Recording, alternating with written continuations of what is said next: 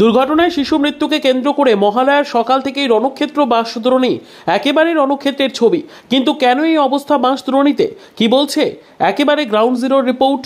প্রসঙ্গত, কলকাতা পুরসভার 144টি ওয়ার্ডের মধ্যে সব থেকে পিছিয়ে পড়া এলাকাগুলির মধ্যে পড়ে 111, 112, 113, 114 নম্বর ওয়ার্ড, যা খোদ রাজ্যের অন্যতম হেভিওয়েট মন্ত্রী অরূপ বিশ্বাসের বিধানসভার অন্তর্গত। বাম আমল থেকেই পর্যাপ্ত পরিকল্পনার অভাবে না তৈরি হয়েছে সঠিক নিকাশি ব্যবস্থা, না সড়ক ব্যবস্থা তৈরি হয়েছে এই এলাকায়। অনেকেই বলছেন তৃণমূল আমলেও যে ছবিটা একেবারে বদলে গিয়েছে তা নয়। প্রসঙ্গত, পে লোডারের চাকায় পিষ্ট হয়েছে 14 বছরের ওই কিশোর, তারপরে তার মৃত্যু হয়। এদিকে শহরে যেখানে হাইড্রেন হোক বা নর্দমা ঢাকার ব্যবস্থা করা হয়েছে, সেখানে এখনো এই এলাকাগুলিতে খোলা নর্দমার মধ্যে বসবাস সাধারণ মানুষের। সামান্য বৃষ্টি হলেই কোমর সমান হোক বা হাঁটু সমান জল দাঁড়িয়ে যায়, যা নিষ্কাশন করতে 1 সপ্তাহের বেশি সময় লেগে যায় পুরসভার। এলাকার নিকাশি ব্যবস্থাকে আমূল বদলের জন্য 2016 সালের শেষ দিকে এশিয়ান ডেভেলপমেন্ট ব্যাংকের ঋণে কলকাতা পরিবেশ উন্নয়ন প্রকল্পের বা কেআইপির অধীনে 113 নম্বর ওয়ার্ডের নিকাশি পাম্পিং স্টেশনের তৈরির কাজ শুরু হয়। এই কাজ করতে গিয়ে 113 নম্বর ওয়ার্ডের বিস্তীর্ণ অংশের রাস্তা খোঁড়াখুঁড়ির কাজ শুরু হয়।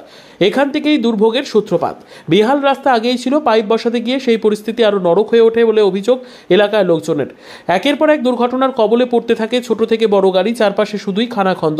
পুরসভার তরফেও এলাকায় যুক্তি দেওয়া হয়, সংশ্লিষ্ট নিকাশি পাম্পিং স্টেশন তৈরির কাজ হয়ে গেলে কলকাতা পুরসভার 111, 112, 113, 114 নম্বর ওয়ার্ডের এবং সোনারপুর পুরসভার 34 ও 35 নম্বর ওয়ার্ডের যাবতীয় নিকাশির জল দ্রুত নিষ্কাশিত হবে।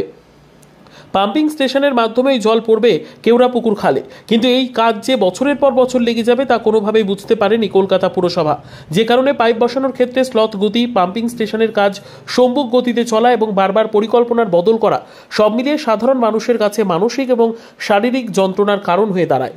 মানে কি ঘটেছে যদি বলেন? প্রথম থেকেই বলছি, বাচ্চাটা মানে আমাদের কোচিনে পড়ে, ও এসে মানে একদম এখানে সাইডে দাঁড়িয়েছে মদ্যপ অবস্থায়, যার হাত সেট নেই সে গাড়ি চালাচ্ছে, ড্রাইভিং করছে। কি গাড়ি ছিল? জেসিবি। মানে রাস্তার কাজ হচ্ছে? রাস্তার কাজ, সেটাও আমাদের টাকা দিয়ে হচ্ছে। আমরা 100 টাকা করে চাঁদা তুলে রাবিশ, বালি, সিমেন্ট এগুলি আমাদের টাকা দিয়ে হচ্ছে। না কাউন্সিলরে একটা কোনো টাকা খরচ হচ্ছে, না কিছু হচ্ছে না। এই রাস্তাটা যতদিন হচ্ছে আমি তো রয়েছি এখানে, আমি চলে। রাস্তা সারাই হচ্ছিল। সকালে কটা নাগাদ দুর্ঘটনা ঘটলো? ঘটেছে 7টায়। সকাল 7টায় ঘটেছে ঘটনাটা। বাচ্চাটা কি পড়তে যাচ্ছিল বাগান থেকে? পড়তে এসছে, স্যারের বাড়ির সামনে নারকেল গাছটা ছিল, ওখানটা সাইডে দাঁড়িয়ে রয়েছে সাইকেলটা। আর যে ছোট জেসিবি, যে ছোট যেটা ইয়েটা আছে, ওটা পুরো ডাইরেক্ট নাকি বাচ্চাটার মাথায় পড়েছে, মাথায় লেগেছে। তাহলে ভাবুন বাচ্চাটার কি অবস্থা। এখন তো বাচ্চাটা মারা গেছে, তার বাবা মা কি করছে? আপনারা কি চাইছেন এখন? আমরা চাইছি কাউন্সিলর এখানে আসুক, এসে আমাদের জবাব দিক। রাস্তা কবে ঠিক হবে না, রাস্তা আমরা 10 মিনিটের মধ্যে ঠিক চাই। 10 মিনিট হয় না, 10 মিনিট হোক, যাই হোক, আমরা রাস্তা ঠিক চাই। বাণী মণ্ডল। কাউন্সিলর আসুক, কাউন্সিলর আসুক। কাউন্সিলর না, আমি বলছি প্রত্যক্ষদর্শী আপনারা। আপনারা কি দেখলেন সেই সময় যে ঘটনাটা ঘটলো? প্রথমত মানে দেখলাম তো, আমি তো বেরিয়েছি বেলার দিকে, দেখলাম এরকম ঘটনা। তো স্বাভাবিকভাবে আমার বাড়ির বাচ্চা হলেও আমারও সেম জিনিসটাই হতো, এবং দীনেশনগরে অন্য 5 জনের বাড়ির বাচ্চা হলেও সেম ঘটনাটাই ঘটতো। তো আমাদের বক্তব্য একটাই, কাউন্সিলর আসুক, এসে কথা বলুক। কতদিনের মধ্যে এই রাস্তা কম করে হলেও 10-12 বছর ধরে এরকম চলছে, কোনো সলিউশন নেই। একটা অটো যদি ফল্টকে পড়ে যায়, ঠিক আছে, তো মানে কে দায়টা নেবে? তার দায় কারুরই নয়।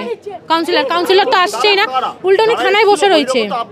থানায় বসে থেকে বলছে এখন বাচ্চাটা মানে আত্মার শান্তি কামনা করছি। এটা তো কোনো যুক্তিগত কথা নয় দাদা। একটা তো ম্যাক্সিমাম জিনিসটা থাকিয়ে করতে হবে, যে আপনাকে আসতে হবে, এনশিওর করতে হবে যে আমি রাস্তাটা করে দেবো। একটা দাবি রাস্তা ঠিক হবে, আর দ্বিতীয় দাবি যে জিনিসটা ঘটিয়েছে, যে কন্ট্রাক্টর বা যে ড্রাইভার যেই থাকুক, তাকে বের করতে হবে, তার শাস্তিটাও যাচাই। আমার নাম পূজা পান্ডা। নাম সৌম্যশীল। কোন ক্লাসে পড়ে? ক্লাস 9, গঙ্গাপুরি। কোন স্কুলে? গঙ্গাপুরি, এই যে কুদঘাটে যে গঙ্গাপুরি। সকাল 7টায় পড়তে এসেছিল কি? মানে আমি জানি আপনার মানসিক অবস্থা, আপনার খুব খারাপ। কি ঘটলো আচমকা? মানে ও যখন সাইকেলটাকে নিয়ে আসছে, তখন পেল লোডারটা যাচ্ছিল। এবার ও দেখে সাইডে হয়ে গেছে, হঠাৎ পেল লোডারটা এর উপরে উঠে পেডোলার সামনে যে পোর্শনটা থাকে মাটি খোঁড়ার, ওইটাকে গাছে মেরে ওর মাথায় এই সাইডে মেরে পুরো ফেলে দিয়েছে। সঙ্গে সঙ্গে মাথা পুরো ফেটে না, কোনো ওর ক্ষমা, হ্যাঁ, পুরো রাফাচ্ছে এবং জলের পাইপ কেটে দিলে যেভাবে ব্লিডিং হয় এই 2 কান আর নাক আর মুখ দিয়ে করে আছে। বয়স কত? 14 বছর। 14 থেকে 15 হবে, ক্লাস 9-এ পড়ে। হ্যাঁ। আচ্ছা, তারপরে মানে তারপরে আপনারা কি করলেন? সঙ্গে সঙ্গে ড্রাইভারকে পাওয়া গেল না, সঙ্গে সঙ্গে 4জন যে লোক গাড়িতে ছিল টোটালি, মানে তারা যখন নেমে পালিয়ে যাচ্ছে দেখে মনে হলো মদ্যপ অবস্থায় আছে, মানে সুস্থ ছিল না। 4জন পালিয়ে গেল এবং একজন দেখলাম আমরা যখন তারপরে মেন একটা ঘটনা করলে ওইদিকে ফোকাস করেছি, ওকে তাতে তুলতে হবে, তখন দেখছি নড়ছে, তাহলে যদি হাসপাতালে নিয়ে গেলে বাঁচানো যায়। তা তুলবার সময় ও একটা নিঃশ্বাস ছাড়লো, তখনই ও মারা গেছে। তারপরে তাও আমরা একটা উবের দাঁড়িয়ে ছিল, উবের গাড়িতে আমরা তুলে দিয়েছিলাম। ওর বাবা মাকে খবর আপনারা দেন? হ্যাঁ, তারপরে আমি বাবা মাকে ফোন করি যে আপনি তাড়াতাড়ি কোচিনে আসুন। আপনার পুরো নাম? সন্তোষ রায়। আচ্ছা, আপনার কাছে